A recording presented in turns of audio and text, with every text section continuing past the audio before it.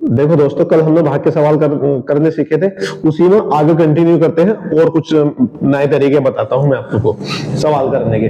जैसे मैंने कल लास्ट में बताया था शेष बचाना, तो किस तरीके से शेष बचाते हैं। जैसे मैं लिख दूं 175 और अगर मैं इसको 17 से भाग देने लगूं, कल जो मैं बता रहा था आपको उसी का आगे कंटिन्यू करते हैं। अब इसे 17 हमारे पास संख्या बची 5, हमने उतार दिया 5। अब इस संख्या को हम शेष नहीं कह सकते अभी, क्योंकि ऊपर से मैंने कल भी बताया था आपको, ऊपर से उतार कर लाई गई संख्या अगर इस वाली भाजक से हमारी भाग ना जा तो शेष नहीं कहला सकती है। तो इस संख्या में पहले हम यहां 0 लिखेंगे, अब इसे शेष कहेंगे। इस तरीके से हमारा सवाल सही होता है। मैंने कल फॉर्मूले के साथ बताया था आपको, भाज्य बराबर भाजक गुणा भाग फल प्लस शेषफल।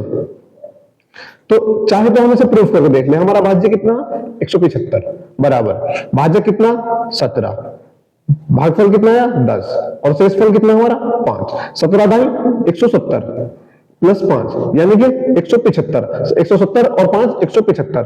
LHS बराबर RHS।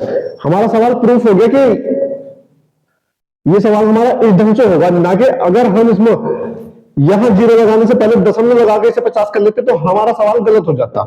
जैसे कुछ और देखेंगे आगे, कुछ और नया तरीका बनाते हैं सवाल का। जैसे नई संख्या ले लेते हैं 16 और 2 0 लिख दो, तो इसे भाग देंगे हम 4 से। चलो देखेंगे 4 चौक 16, क्या बचा, कुछ नहीं बचा हमारे पास। अब हमारे पास यहां संख्या है अगली वाली, इन दो संख्याओं को उतार लेंगे।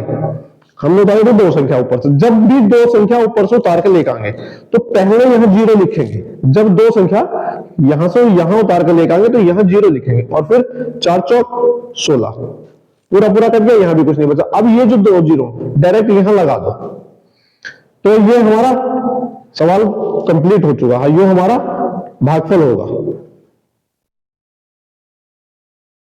भागफल होगा। इस तरीके से हम सवालों को करेंगे। जैसे मैं कल भी बता रहा था आपको, 441 अगर हम लिख ले तो आगे कैसे इसको करेंगे 4 से। 4 एकम 4 पूरा पूरा कर दिया, कुछ नहीं बचा, अगली संख्या उतार ली 4, फिर 4 एकम 4। अब हमारा यहां भी पूरा पूरा कर दिया, कुछ नहीं बचा, अगली संख्या उतारी 1। अब ये संख्या हम ऊपर से उतार कर लेकर आए, 1 आ गया यहां। तो जब हम इस भाजक से इसे भाग देंगे तो ये हमारी पूरी भागने जाएगी, इसमें भागने जा रही। तो अब हम इसे देखेंगे, हमने संख्या ऊपर से उतारी, हाँ ऊपर से उतार कर लेकर आए, तो हम यहां डायरेक्ट दशमलव नहीं लगाने के, पहले यहां 0 लिखेंगे, फिर नीचे 0 बढ़ाएंगे दशमलव लगा के, यानी कि दशमलव पहले यहां 0 लिखेंगे फिर दशमलव लगाएंगे तब यहां 0 बढ़ाएंगे।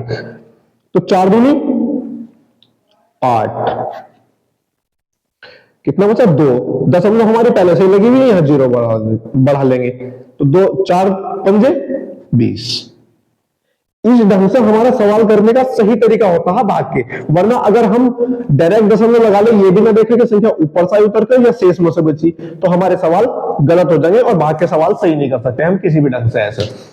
अब मैं तुम्हें कुछ सवाल कराता हूं दूसरे, जैसे मैं भाग देने सिखाता हूं आपको।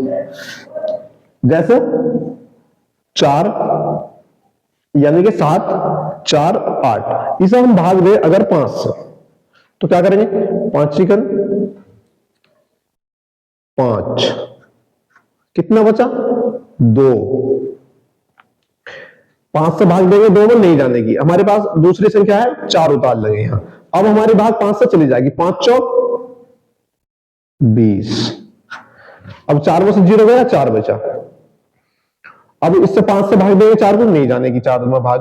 अब हमारे पास एक संख्या और है 8, यहां संख्या उतार ली नीचे, ये हो गया हमारा 48। अब 5 से भाग चली जाएगी, 5 नम 45, 8 में से 5 गए 3 बचे, तो ये हमारा भागफल होगा, भागफल, और ये हमारा हो जाएगा शेषफल। यानी कि सही तरीका सवाल करने का ये होता है हमारा। एक और देखेंगे आगे, 8 2 5, इसको अगर हम भाग दें 6 से, तो इसमें भी ऐसे करेंगे। पहली संख्या में हमारी भाग चली जाएगी अगर हम 6, क्योंकि हमारी पहली संख्या 6 से बड़ी है। 6 एकम 6, कितना बचा? 8 में से 6 गए 2 बचा। अब 6 से भाग 2 में जानी नहीं हमारी, 2 उतार लिया हमारे पास, 2 और है। अब अगर हम इसका 6 का पहाड़ा 22 में पढ़ेंगे तो 6 चौक 24 ज्यादा हो जाएगा। हम 3 बार पढ़ लेंगे, 6 18, 2 में से 8 जाने के नहीं, एक ढाई ले ली इधर, ये हो गया 12, 12 में से 8 गए तो 4 बचे, और 4 में 6 की भाग जानी नहीं, हमारे पास एक संख्या है 5, इसको उतार लेंगे यहां। अब इस 6 से भाग चली जाएगी 45 में, 6 सत्ते 42, यहां क्या बचा? 3 बच गया, ये भी शेष बचा। सही तरीका हमारा सवाल करने का ये होता है, इस ढंग से सवाल करने होते हैं। मैं एक सवाल और करके दिखाता हूं तुम्हें। दूसरा पेन ले लेंगे, जैसे लिखेंगे 45 90, और इसे भाग देंगे 8 से। जब इसे 8 से भाग देंगे तो 8 पंजे 40, 5 उतार लिया, यानी कि 5 बचा। 45 में से 40 गए, 5 बचा। अब 8 से भाग तो 5 में जानी नहीं, जब 8 से 5 में भाग नहीं जानी हमारी तो हम 9 उतार लेंगे। अब ये हो गया 59, अब 8 से भाग चली जाएगी, 8 सत्ते 56, 9 में से 6 गए, 3 बचे, यहां हो गया 3 बचा हमारा। हमारे पास 0 अभी और है, यहां 0 उतार लेंगे, ये हो गया 30। अब 8 से 30 में तो भाग हमारी चली जाएगी, जब 8 से 30 में भाग चली जाएगी तो हम क्या करेंगे? इससे से भाग देंगे, 8 या 24, यहां कितना बचा? 6, ये होगा हमारा शेष, और ये भागफल, भागफल, भागफल, ये भागफल हो जाएगा। तो कहने का मतलब है भाग के सवाल करने का सही तरीका ये होता है, आप वीडियो देखो, ना समझ में आओ दोबारा करो, दोबारा देखो, और फिर भी कोई दिक्कत आओ तो मुझे कमेंट में बताओ, मैं और सही करके समझा दूंगा। मगर भाग के सवाल सही ढंग से सही तरीके से करने का तरीका यही होता है। चाहे इसको भी प्रूफ करके देख लो। हमारे पास क्या था फॉर्मूला? भाज्य बराबर भाजक गुणा भाग फल प्लस शेषफल। अगर हमारा सवाल इस फॉर्मूले को सेटिस्फाई कर गया, इस फॉर्मूले में फिट बैठ गया, तो हमारा सवाल सही है, वरना गलत है। हमारा भाज्य कितना? 45 90 बराबर भाजक कितना? 8 गुना भागफल कितना आया था? 573, और शेष कितना? 6।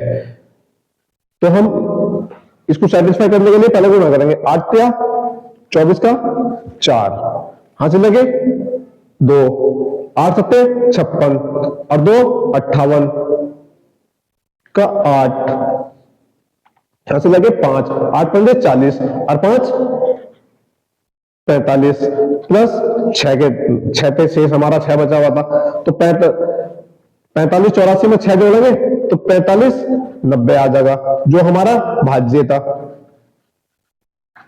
यानी कि दोनों साइडें हमारी LHS बराबर RHS हो गई। तो हमारा सवाल प्रूफ हो गया कि हमने सही ढंग से और सही तरीके से सवाल करा, जो कि सही तरीका सवाल करने का यही होता है। अगर हम कुछ भी कर देंगे सवाल में, वो गड़बड़ हो जाएगा। ठीक है, थैंक यू गाइस। लाइक करना, शेयर करना, और अच्छा लगे तो दोबारा देखना और आगे बताना कौन से सवाल कराने।